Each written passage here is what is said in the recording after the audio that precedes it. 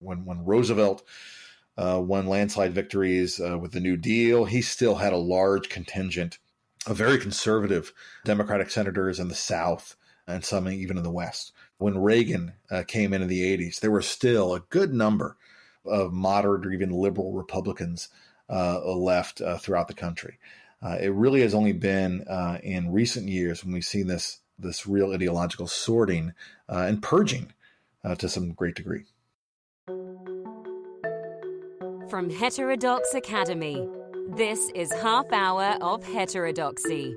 Conversations with scholars and authors, ideas from diverse viewpoints and perspectives. Here's your host, Chris Martin. Kevin Kruse, historian at Princeton University, is my guest today. He's the author of White Flight, Atlanta and the Making of Modern Conservatism, published in 2005, and One Nation Under God, How Corporate America Invented Christian America, published in 2015. He and his colleague at Princeton, Julian Zelizer, have a new book coming out January 9th titled Fault Lines, A History of the United States Since 1974. We'll be talking about that book in today's episode. Because the book covers 4 decades of American history, I extended this episode so it's 1 hour long instead of the typical 30 minutes. Hi, Kevin. Welcome to the show. I'd like to start by asking you about the course that this book is based on. When you teach this course, what part of this segment of history do undergraduates find most intriguing? That's a great question. So this is a course so when I got to Princeton back in 2000, I had a course that was U.S. since 1920. And that was a course that I think was probably designed in like 1960. And so it was already kind of a lot of extra material to fit in there. And as the years went on and more happened after I started in 2000, 9/11 and the war in Iraq and Katrina and the financial meltdown and all that, I decided that it was time to finally break the course into 2. And Julian Zelizer had joined the faculty by then. So we broke my old course in half at Watergate in 1974 and started teaching this new course together, the U.S. since 1974. We did that for 2 years, and now Julian does it on his own. And I'd say what really, I think what surprises students the most about this period really is just how quickly things had changed. There are a lot of things that they have come to take for granted in their lives. 2 of those would be they've all grown up in a post 9/11 world, and so they can't imagine what life was like before that. And they've all grown up in a world of the internet, and they can't imagine what life was like before that. So to walk them back in both directions and get them to understand the impact that several media revolutions have had on their lives, but also the way in which politics, both foreign and domestic, have radically changed over the last 4 decades, and things that they take as the norm were actually once revolutionary ideas. Things like tax cuts and the way in which the kind of the Republican Party has oriented itself. That's all a new change. So their entire world is one that they've both taken for granted, and then they suddenly realize has a history, and that is something that I think is incredibly interesting for them. What about the Cold War? These students were born after the Cold War. Are they surprised to learn about what it entailed? And that, I think, it was the hardest part for Julian and I when we teach this, and when we wrote about it too, to capture the Cold War tensions, especially in the Reagan period when we were both, young kids. And so we write about things like the Able Archer scare in 1983, or more memorably, The Day After, that famous ABC movie that kind of brought home the horrors of nuclear war. Things that we had grown up with and experienced ourselves are completely foreign to the students we teach today. Again, as you know, they were born after the Cold War ended. They were born even after the peace of the 90s now. So to give them a sense of how that old structure crumbled, the chaos that came in its wake, or at least the uncertainty that came in its wake about what was going to happen now that America was the quote unquote only superpower remaining, and then what happened post 9/11. When what George H.W. Bush had called the New World Order was itself upended again. It really is a state of confusion for the country. And it's important, I think, for students to realize that there have been several not in their lifetimes, but at least in the lifetimes of their professors, have been several fundamental reordering of the global structure.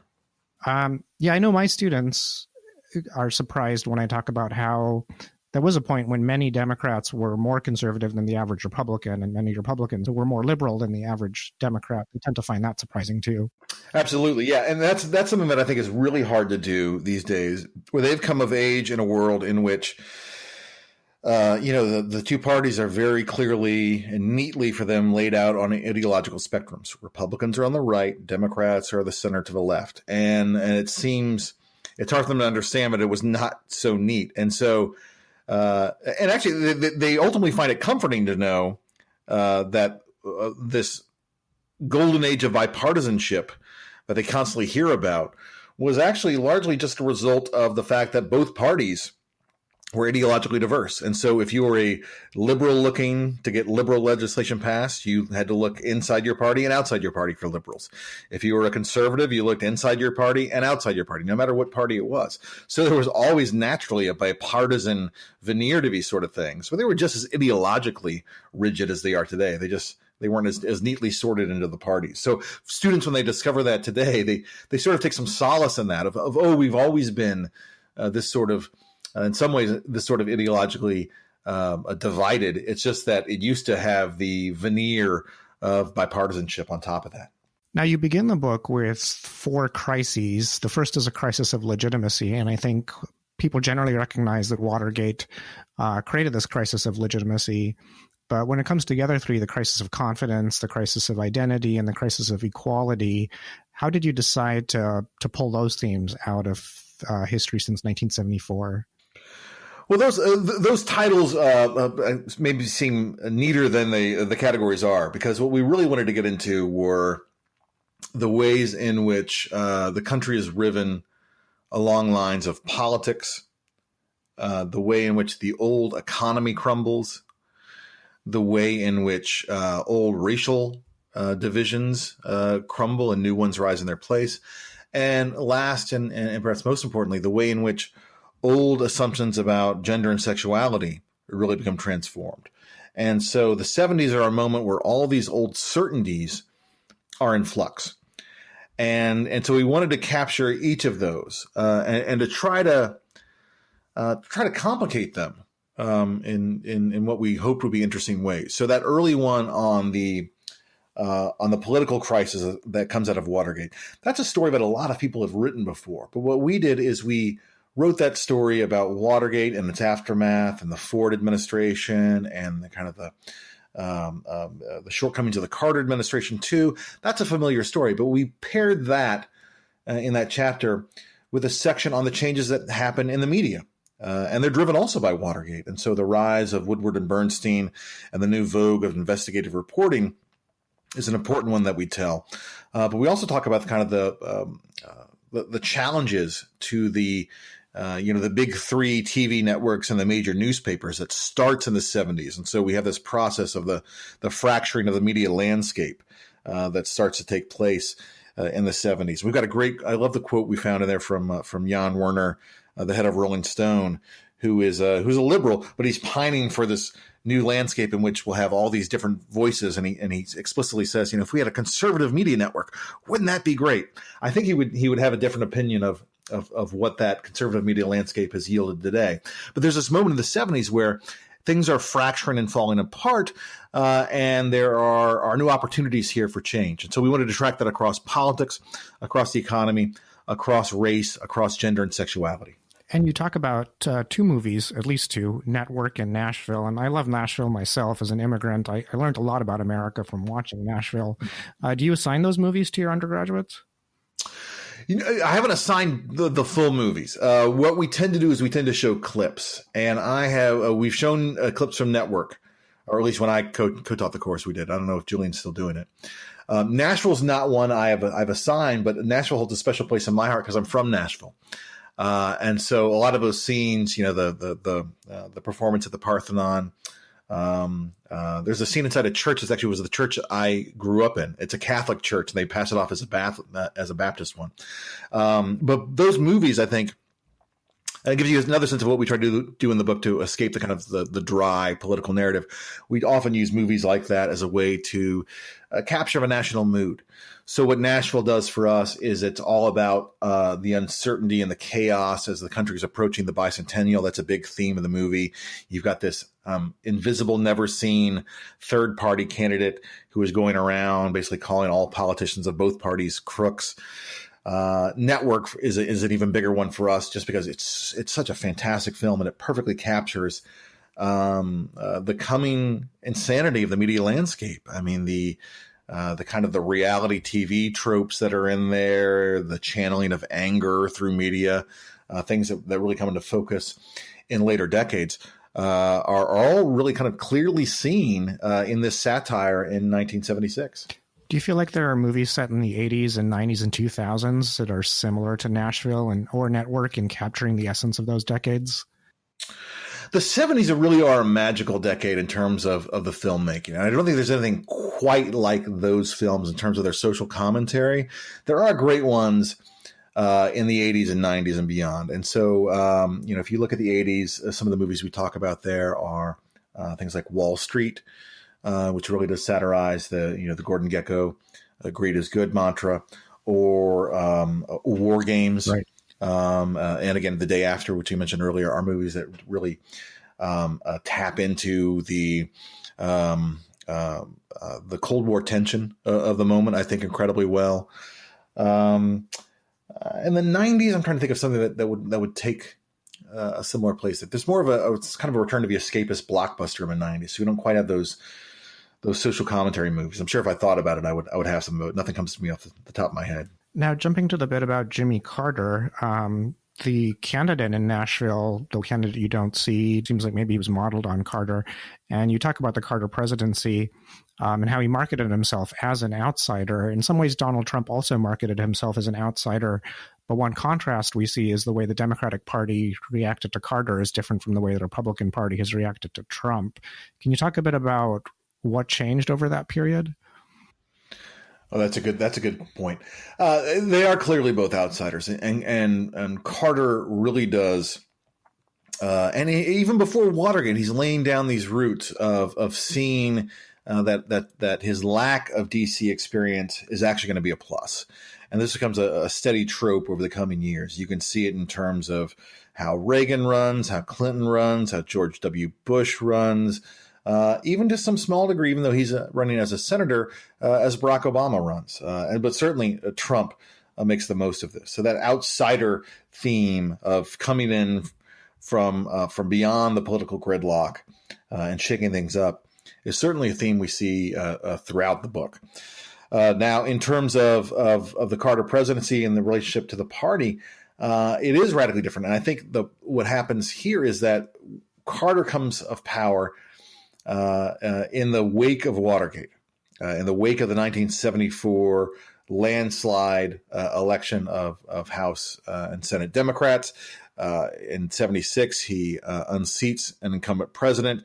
And in many ways, it feels like this is going to be the new norm, and Democrats are going to be in charge. The idea that the Republicans would come surging back 4 years later with Reagan is far removed from most people's awareness. And so I think the Democrats feel that they can afford a little bit of purity politics in terms of what they want. And Carter is deviating from the norm on a lot of traditional policies. He's embracing early regulation.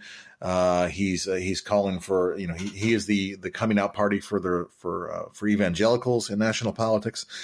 So there are a lot of ways in which Carter doesn't fit with the kind of the broader swath of the Democratic Party in 76, and why you have the challenge made by Ted Kennedy in 1980 is that the Democrats are feel that they're going to win no matter what, basically, that this is their moment.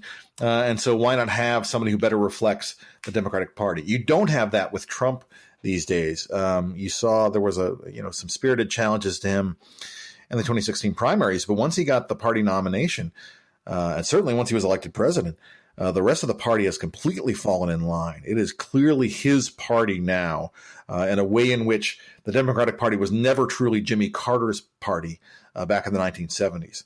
And that both insulates him from challenges to some great degree, but it also means that when the collapse comes, as it seemingly is on its way for the administration, that means that the party itself is going to go down too. They're going to really own this. It's going to look more like the Republicans in 1974 going down with Nixon than anything that happened with the Democrats in 1980. And another thing you talk about in the 1970s chapter is white flight, and you've written an entire book about that. I'm sure some of our listeners have read that book. I have. That book was about 10 years old now. Given the research you've done since then, when you reflect on that book, is there anything you would change? Yeah, absolutely.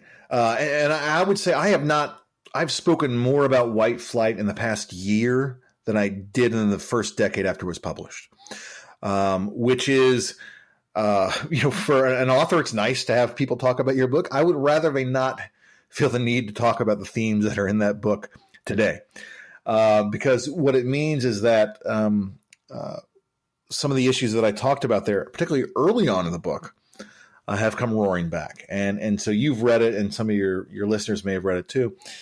In the early part of that book, I talk about how white supremacy in the in the late 1940s, early 1950s, white supremacy has to undergo a radical series of makeovers where they have to hide the truly outrageously, explicitly racist statements that they had previously made, and learn to speak instead in a more respectable language of white rights, of white responsibilities, of property rights, of taxpayer rights, of things like that. And so the course of that second chapter of the book is one that really traces the change in white politics, going from an explicitly neo-Nazi organization called the Columbians into the Ku Klux Klan, into more respectable homeowners associations where they didn't wear brown shirts or white hoods, but just wore their clothes as taxpayers and neighbors and citizens. And so that book really, from that chapter on, traces the way in which racism becomes respectable. Well, we've seen in the last couple of years the resurgence of literal neo-Nazis, the revival of the Ku Klux Klan, of kind of an outspoken white supremacist politics that is, from the president's own lips, deemed to be filled with very fine people. And so that's a radical change. And so if I were to have to go back and rewrite white flight now, I think I would have to change one of the fundamental arguments of that, which is that racism becomes much more subtle and thereby becomes stronger. It's not subtle anymore. And so in a lot of ways, it's really been a bit shocking to me to see that when we've come back to this place I thought we'd left in the late 40s and early 50s. And there's another contrast too, which is the nature of suburbs has changed. The suburb that elected Newt Gingrich to Congress is now about 50% Democratic. Is that something you would also write about? Absolutely. And so there it's a reminder that, and this I think would actually underscore something I emphasized in the book, which is that it's not about the place itself. It's not that the suburbs are inherently more conservative. It's in the process of fleeing to the suburbs that the suburbanites in the 1970s and 1980s really create their conservative politics that lead them to elect someone like Gingrich. Those politics are still there. They've just moved on again. They've moved on out to what we would call the exurbs, the next layer out. And they're certainly alive and well there. And that's something I tracked in the book, that the hottest, the brightest, reddest spots for George W. Bush in 2000 were these exurb counties further out. The suburbs that had been left behind in 2000 had gone from being, 99% white like they were in 1970 down to about 70% white. And they're much more diverse today. And in fact, a lot of those inner ring suburbs are not just ethnically diverse in terms of older communities that have been there, but we see newer waves of immigrants. That's the first place they head. It used to be they would head to central cities. Now they head to these inner ring suburbs. So they're incredibly diverse. And with that diversity has come a change in their politics. So the suburbs have certainly are no longer the end point of white flight, but white flight is still out there. It's just a process that is leading out to the exurbs. there are some themes related to race and gender that have remained constant, but one thing that has changed is attitudes towards abortion among evangelicals, which you cover in the book. Can you talk a bit about how evangelicals went rather quickly from being rather tolerant of abortion to you being anti-abortion, just like Catholics were? That section of the book rests on a terrific book by a scholar named Neil J. Young. The book is called We Gather Together, and it's a fascinating study, and we cribbed heavily from his findings. Because what Neil shows in that book and what we explain in ours is that this is something that would shock my students today. We think of evangelicals and fundamentalists as being stridently opposed to the liberalization of abortion. In truth, when Roe happened, they were actually strongly for it. And so you can see this in the late 60s and early 70s, before the real right to life movement has taken off in the late 70s and become a mainstay of the religious right. But a decade before that, in the late 60s and early 70s, you see a large number of very prominent evangelical and fundamentalist leaders coming out in support of the liberalization of abortion. So Billy Graham says that he is a strong proponent of what he calls Planned Parenthood. He strongly supports the liberalization of abortion laws. There's a reason his home state of North Carolina liberalizes its laws. The head of the Southern Baptist Convention comes out in favor of this. And in this, it's not a controversial stance. As Neil's book shows, polls of Southern Baptists, of Sunday school teachers, of preachers, of people who you would think of as kind of the backbone of the Southern Baptist Convention, they are polling 70, 80% in favor of the liberalization of abortion. And the reason they do this is that they strongly see abortion as the Catholic issue. They see it as wholly bound up in the teachings of the Catholic Church. And this is a period in which Baptists in particular, but many Protestants are still strongly hostile to the political stances of the Catholic Church.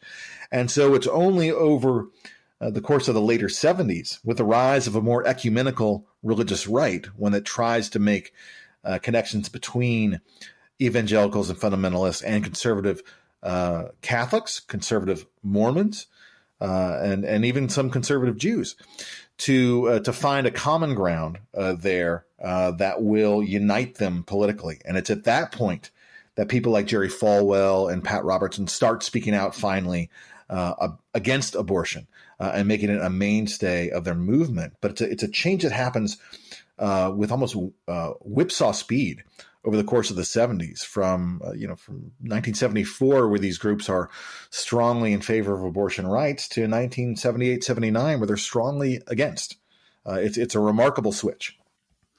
And another issue that you talk about is this the rise of the religious right in general. You've written a book about that. But religion has always played a role in politics in almost every country on the planet. What is unique about the religious right in America since the 1970s? That's a great question. I would say, well, following off that answer I just gave about abortion, what's really remarkable is the way in which it becomes politically very sharply conservative, but religiously very ecumenical. And so this is the thrust behind. In fact, the reason for the name, the moral majority, is they realize out there is a majority that believes in the principles of the Decalogue, basically the principles of the Ten Commandments. And once you reduce a religion to that vague level, it's easy to find a common cause. And so what's ironic about, or maybe unusual about, the religious drive in politics from the 80s on, is that at some levels it's largely divorced from Scripture. And so it's not, Baptists advancing a Baptist line or Catholics advancing a Catholic line. It's rather this broad, vaguely religious, but kind of incredibly capacious in terms of the denominations swept up in this movement. But one that moves in directions that to some don't seem to be rooted in Scripture at all. The campaigns against gays and lesbians, there's not a lot of New Testament lines about gays and lesbians. There's not a lot on abortion, and a lot of things that would have maybe skewed these true believers to liberal policy measures, talking about taking care of the poor, the environment, or things like that, are largely ignored. So it's a broadly ecumenical movement, and that actually gives it its real power and sweep, because you've papered over the divisions that had long kept these different religious communities at odds, and instead said, well, what generally unites us? And it's this vague, it's what I call in my in that book, One Nation Under God, I call a lowest common denomination religion. And so once you've got that kind of vague sense of religiosity, that's enough to kind of unite these different camps that ordinarily would have been at war with one another. In the chapter Turning Right, you talk about Joseph Coors and Richard Mellon Scaife, two figures who have had an outsized influence on American politics, but whom few Americans have heard of. How do you approach those two figures when you teach this class? We approach them as part of a story about the rebuilding of conservatism. Is that there had been, again, in the wake of Watergate, and we may be coming back to this now, who knows? But in the wake of Watergate, there was a real sense that the Republican Party was dead, that Nixon had, and because of the party's loyalty to Nixon, had destroyed it all. A Republican operative says, you're never going to be able to market the word Republican again. It's like the Edsel or Typhoid Mary. It's doomed. And so there's a movement actually to start anew what they were going to call a conservative party. And people like William Rusher, the publisher of National Review, is behind this. They talk about in 1976 having Ronald Reagan and George Wallace run on a new conservative ticket. That actually probably would have done quite well. And so what we talk about when we talk about people like Scaife and Coors and the other ones who really fuel this rise of the conservative think tank is the way in which conservatism rebuilds itself in the 70s. And it does so with those new think tanks, which help provide funding, but more importantly, I think, direction for national politics. They provide the Heritage Foundation pioneers these one-page papers, which really help orient political figures, especially new congressmen who don't have a lot of time to read all these bills, to orient them in a conservative direction. So the people like these think tanks are important in terms of providing an intellectual direction for conservatism. Groups like the Religious Right that we just mentioned and other new right organizations are important for providing sort of the grassroots support for this. And then it all comes together, again, as people like Rusher had hoped, under the leadership of someone like Ronald Reagan, who's able to patch together these different new almost resistance movements to the establishment of the 1970s and patch them together into a new coalition that then becomes the winning combination in 1980. When you talk about polarization, one of the figures you cite is Norm Ornstein. Yes, you cite Norm Ornstein and Thomas Mann, and I've had Norm on the show before. Their narrative is that the Republican Party has, in their words, become quote-unquote an insurgent outlier that does not acknowledge the legitimacy of the Democratic Party. Do you feel that argument is right? Do you feel like they get that right?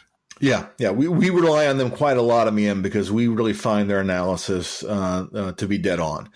And the fact that it comes from Ornstein and Mann, who have a long, obviously a long history of reporting on Washington, D.C., but also I think a well-earned reputation as being a fair judge outside of the kind of the partisan noise that we see from both sides, of being a fair judge of what's going on. For them to have come to that conclusion that they did in that last book is really remarkable, but we think ultimately dead on.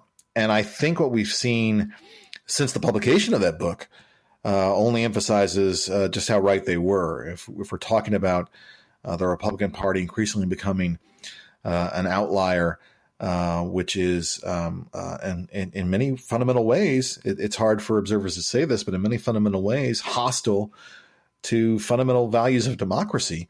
I think we've seen that in recent years. We've seen that in the states. We saw it in North Carolina. We've seen it recently in moves made in Wisconsin and Michigan, where the Republican Party lost the election in different ways, and then went about a process of sort of salting the earth to make sure that the Democrats who won were hamstrung from the start to subvert the will of the voters. So I think we've seen the kind of the Mann Ornstein thesis really play out in very prominent ways in the last election cycle. Speaking of Wisconsin and North Carolina and things that are happening at the federal level, some people, including Madeleine Albright and Tim Snyder, among others, have talked about fascism or totalitarianism as appropriate ways to think of these movements. Do you think those are appropriate terms to use here? I've personally shied away from those terms simply because I think that I'm not sure how productive they are for the conversation. And so while I can see why others would use those terms, I worry that they almost have the opposite effect of rather than informing people of shutting down the conversation. So I personally haven't used those. Fascism, I haven't used. Authoritarian, I think is certainly clear. Anti-democratic, I think it's coming into focus. So I have a skittishness, perhaps unwarranted, about using that term myself. But I think those who do are finding themselves on stronger and stronger ground with each passing month. Do you think there's some states that are bipartisan enough that those changes won't occur right now? No, nothing comes to mind. I mean, the ones that I would have previously held out as offering some hope are precisely the ones where we're seeing this hardest turn. And so and I think it's because these are states that could be considered purple, right, in the red-blue perspective. And because they're on that tipping point that you've seen the state Republican parties in these various places play such hardball. Is that because that makes such a huge difference, and they're worried about them tipping back to blue, and so they're doing all they can to hold them down. E.J. Dionne has a book that covers roughly the same period as yours, and his argument there is that conservatives have become steadily angrier because the Republican Party has promised things that they can't really deliver. What do you think about that argument? I think that's right. And I think, and this is where the part about the media, which is a huge through line that we have in the book, is I think so important because those promises made by Republican officials, promises to sort of magically stop immigration or to recover a lost industrial economy, as Trump tries to do now, to magically win a trade war, those kind of things. Those promises are made, and they become amplified by this right-wing media, things like Fox News or conservative talk radio or internet sites like Breitbart now. They become amplified by that.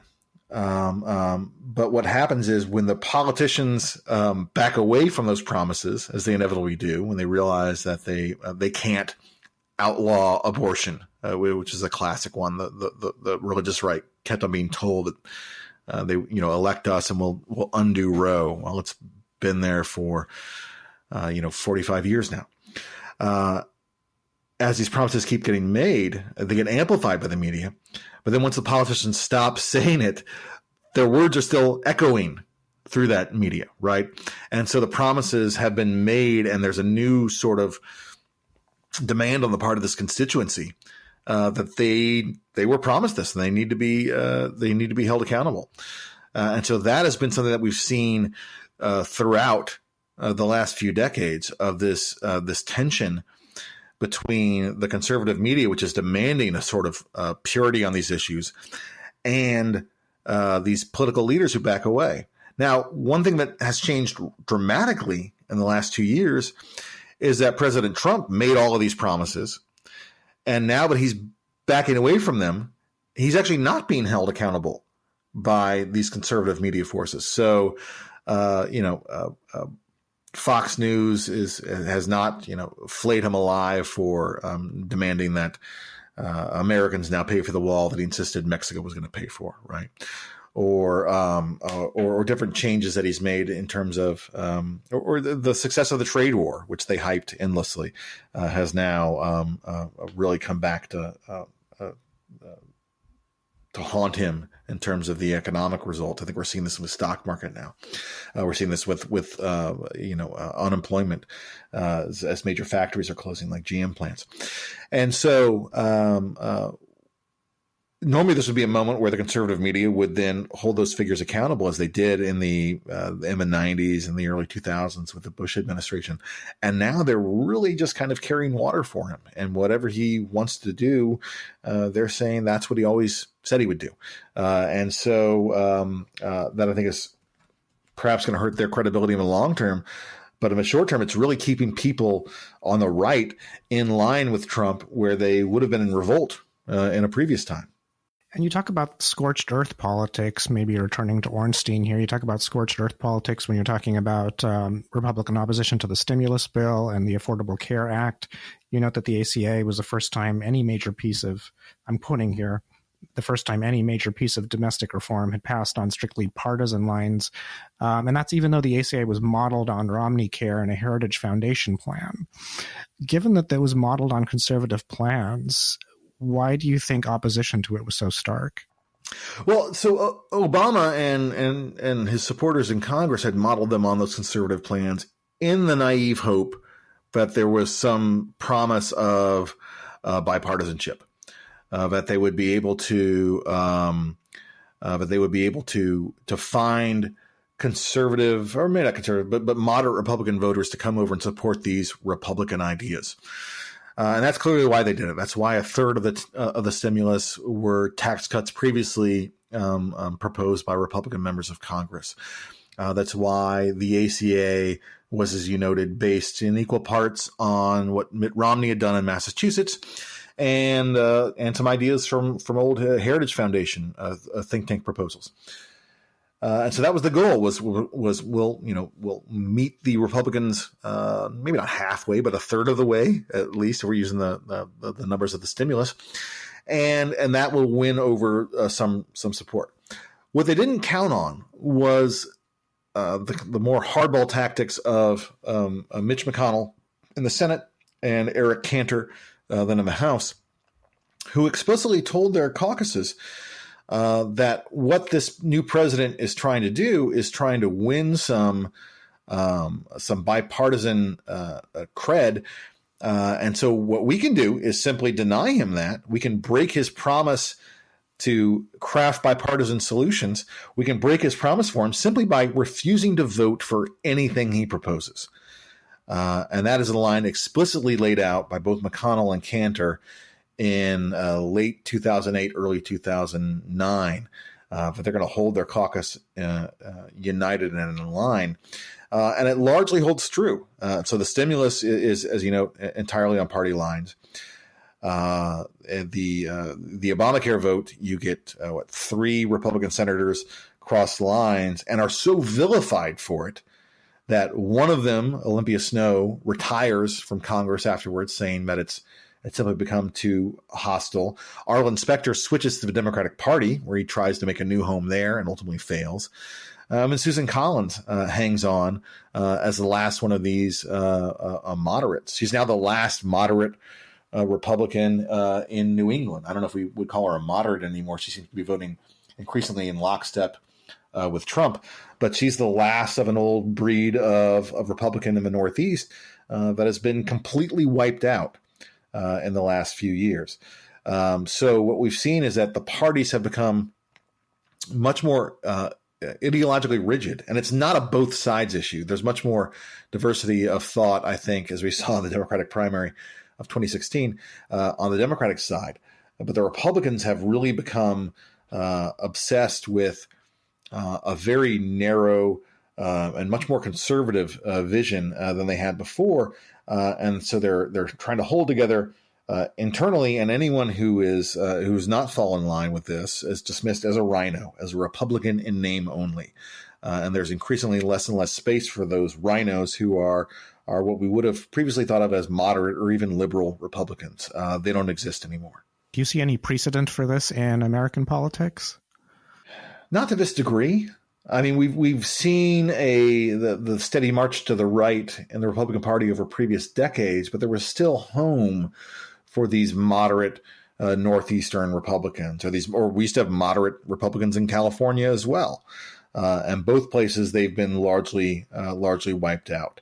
We didn't really see this with previous moves in which we had even a president coming in with massive supports. And then when Roosevelt won landslide victories with the New Deal, he still had a large contingent of very conservative Democratic senators in the South and some even in the West.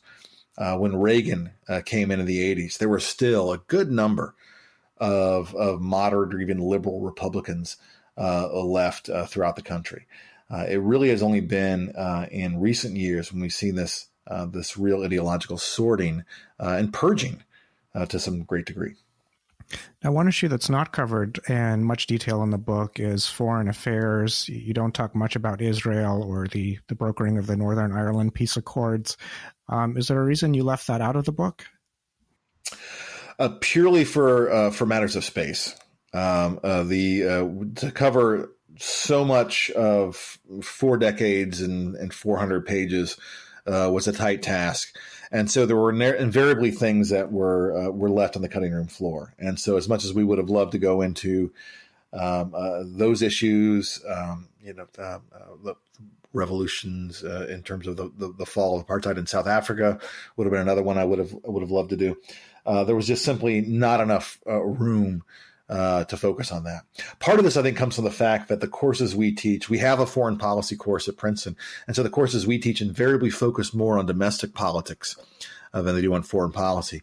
But Julian wrote a book on national security politics, which would certainly helped shape our view of what was meant by the end of the Cold War, by the rise of the war on terror. But those big sweeping transformations are the ones that get the bulk of the attention in terms of the foreign policy side, and things like Irish reunification just didn't fit.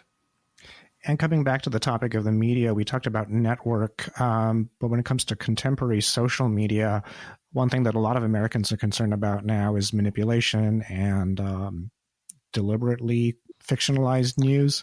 How do you prepare your students to deal with that world? That's a great question. I mean, at a certain level, I think we do what we've always done as historians, which is to teach our students how to analyze evidence. And a key part of that is to determine the veracity.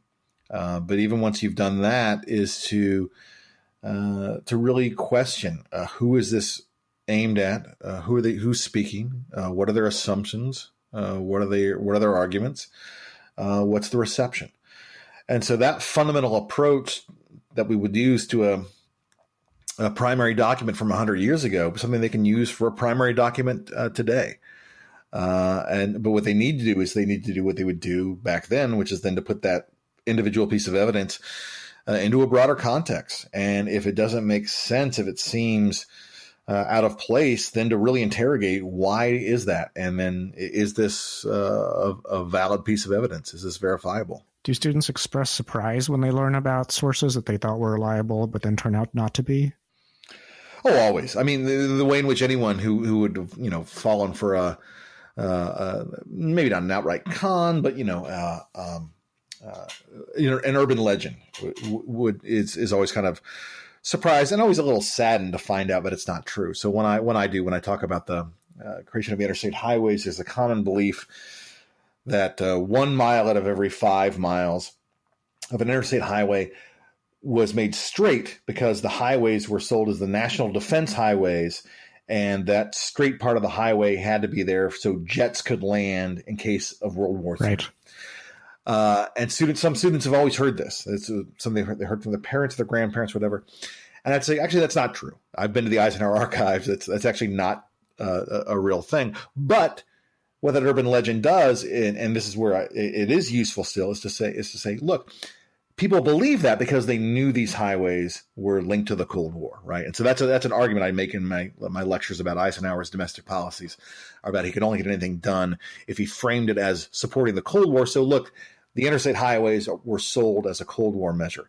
That part about the jets in 1 mile being straight out of every 5 isn't true, but it actually, the fact that so many people believe that or had heard that underscores the larger point about these are the national defense highways. So there's a way of using, of kind of, busting the myth, as it were, but using the creation of that myth and why do people believe this in the first place as a way of teaching the truth. And I come from a background that straddles social psychology and sociology. And one thing I've noticed in the transition from social psych to sociology is the ahistorical nature of a lot of the social psychological work on race. So if you were to recommend books to social psychologists and other social scientists who sometimes take an ahistorical approach and want to understand the history of race and politics in America better, are there 3 or 4 books just on the topic of race that you would recommend to those people? Oh, that's a good question. I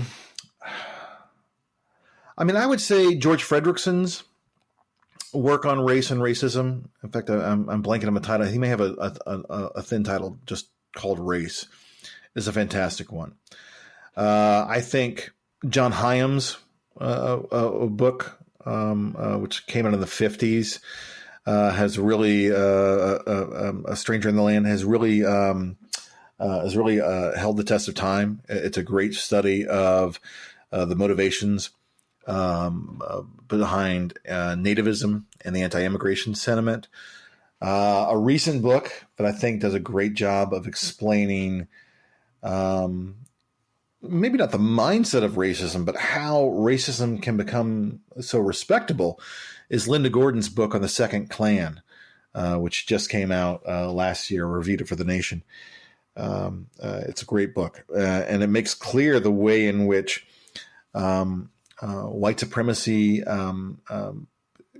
can take root simply by seeming wholly respectable and wholesome in a lot of ways. We don't think of the Klan this way, but the Klan of the 1920s was one that, would appear in churches, would, head through carnivals and festivals, Ferris wheels filled with Klansmen, things like that. And what her book does is it really makes clear how once it receives this stamp of respectability, that these racist organizations can really flourish. It's a very dangerous moment. Do you think there's something unique about white supremacy and racism in the United States in comparison to nativism and racism in other countries in the world? That's a good question. I don't think so. I think we've had enough comparative studies to know that there are similarities and differences. There's been a lot of great work on the connections between, say, Southern segregation and anti-immigration and what the Germans, what Nazis pick up from that. There have been enough comparative studies between South African apartheid and segregation and discrimination in America to know that there's nothing entirely unique about what goes on in America. We like to think of ourselves as exceptional. In a lot of ways, our racism is unexceptional. Now, jumping away from the book for a second to your Twitter feed, one person you've debated quite consistently over the last year or two is Dinesh D'Souza. Can you tell me a bit about how you decided to take him on? There wasn't a conscious plan. It just, his tweets kept popping up in my feed from other people responding to him. There was no one, kind of quoting him approvingly. And this was at a point in which I hadn't decided to take him on, but I'd grown into this role, as many other historians on Twitter thankfully have, of realizing that we have a duty to correct falsehoods. And whether they're inadvertent mistakes made by journalists, hopefully inadvertent, or whether they are deliberate lies being pushed by partisans and conmen, that we have a duty to push back against them. And so he was at this time one of the ones making the most egregious claims about things that I'd studied and written on for decades. That it became inevitable that I had to respond to him. Do you find that students coming into Princeton sometimes think of him as a reliable source? No, I've never had anyone think of him as a reliable. At least they haven't admitted it to me. And this is again. I think I should underscore that I have plenty of conservative students, and some of them are I have plenty of liberal students too, and some of them are great. Some of them are not great students.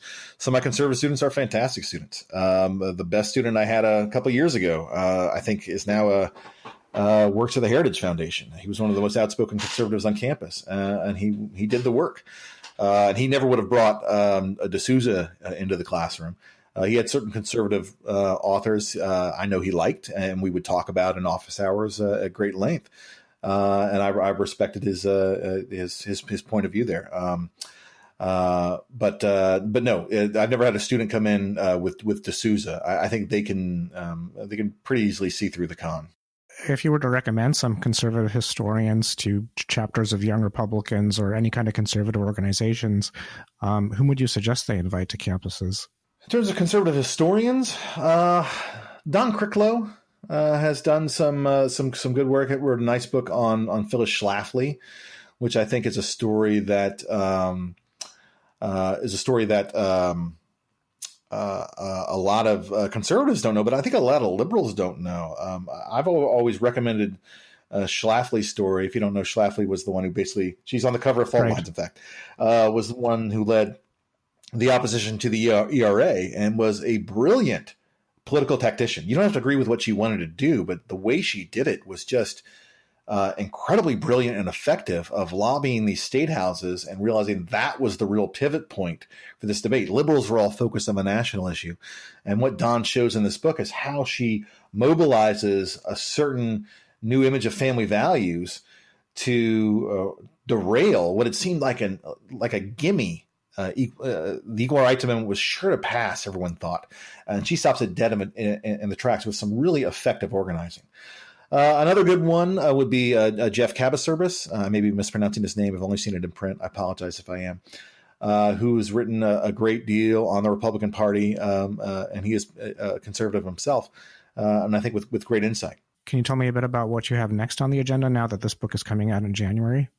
Yeah, so my next project is I'm doing a study of John Doar. His name is spelled D-O-A-R, and Doar was the point man for the Kennedy and Johnson administrations on civil rights. And he really is. He's like the Forrest Gump of the civil rights era, except he's not an imbecile.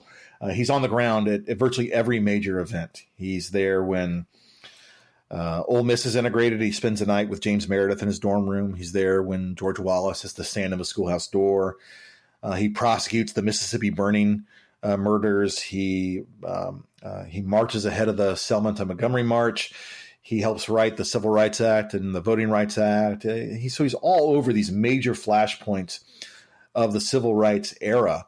And he is this juncture point between the federal government and grassroots organizers on the ground. And so his papers have never before been accessed. There are about 230 giant banker's boxes full of material that I've been going through the last year or so. And just the level of detail alone that this project's gonna give me on things that we thought we knew everything about, like Ole Miss or Selma, is really going to be remarkable. But what I'm really excited about is that because he sits at this point between the federal government and the local movement, it's really going to let me interrogate the connections between the national and the local. As you know, there's long been a debate among historians, but the general public at large, about who really ultimately deserves the most credit for the civil rights changes. In the 2008 primaries, this was kind of memorably captured when Obama said Martin Luther King was the one who deserved most of the credit. Hillary Clinton said, no, LBJ was really more important. And the truth is really, as historians will often tell you, it's a little of both. And so what Doar's going to let me do is really to suss out where individual responsibility lays, but also to understand, more importantly, the way in which power flowed between these different places, between the federal, state, and local level, between grassroots activists and government agents in D.C., and to think about how all these parts really fit together and how they really operated. So I'm really excited about that project. Was he also involved with policies related to affirmative action and diversity? I haven't gotten to that part yet. He resigns in 1967, so I think it's right when the affirmative action policies of the Johnson administration are taking root. So he's out of government in 1967. He comes back in actually during Watergate. He's a counsel to the the House Judiciary Committee during Watergate. But he's not really there for the real formative years of affirmative action policy. All right. Well, that about wraps it up. Do you have any closing words before we wrap up? I think we've said it all. This is fantastic. Well, thank you for joining us on the show. It was my pleasure. Fault Lines comes out in Kindle and hardcover editions on January 9th, 2019. You can follow Kevin Kruse on Twitter at Kevin M. Kruse, and you can find links to the books that we discussed in today's show notes. My next episode features Chad Wellman, professor at the University of Virginia. He's a historian of intellectual thought, and we'll be talking about his recent essay in which he responds to Jonathan Haidt's assertion that universities must choose between one telos, truth or social justice. If you have any comments about today's episode, you can contact me at podcast@heterodoxacademy.org or tag me on Twitter at ChrisMartin76. Thanks for listening. This podcast is produced by Heterodox Academy. Find us online at heterodoxacademy.org, on Twitter at HDX Academy, and on Facebook.